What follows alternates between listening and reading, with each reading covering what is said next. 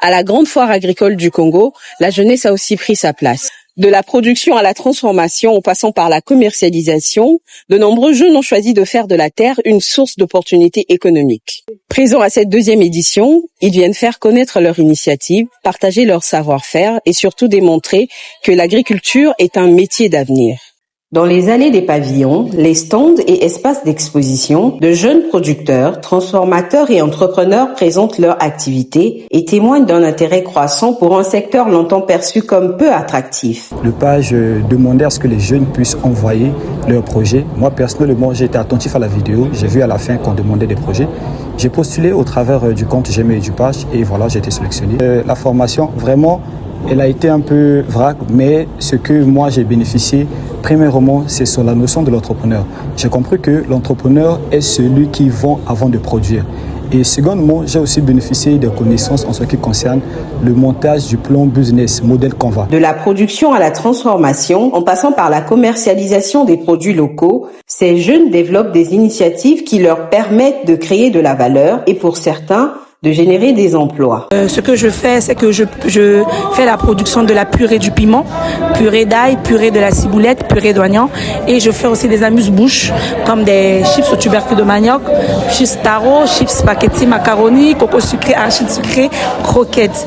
Et je fais aussi la bouillie pour les enfants, comme la bouillie du maïs. Il y a le riz, les spaghettis, les biscuits à l'intérieur. Pour ces nouveaux acteurs, travailler la terre ne se limite plus à une activité de subsistance. Ils y voient une opportunité d'entreprendre, d'innover et de participer à la réduction de la dépendance du pays aux importations alimentaires. Oui, c'est un emploi, c'est vraiment un emploi. C'est un emploi très engagé même parce que pour réussir dans l'entrepreneuriat, il faut s'engager, il faut s'y donner à fond. Si tu te donnes pas, tu te formes pas, tu vas pas réussir. C'est un long processus, donc c'est un emploi par rapport aux revenus et au processus, aux deux. Mais l'engagement des jeunes dans l'agriculture reste confronté à plusieurs défis. Accès au financement, disponibilité des terres, équipement, formation, accompagnement technique et débouchés commerciaux, autant de conditions nécessaires pour permettre à ces initiatives de passer de projets individuels à de véritables entreprises agricoles.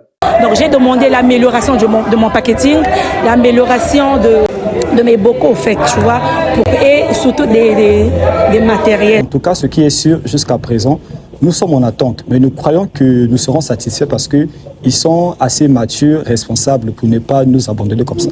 La présence des jeunes ne se limite pas au stand d'exposition.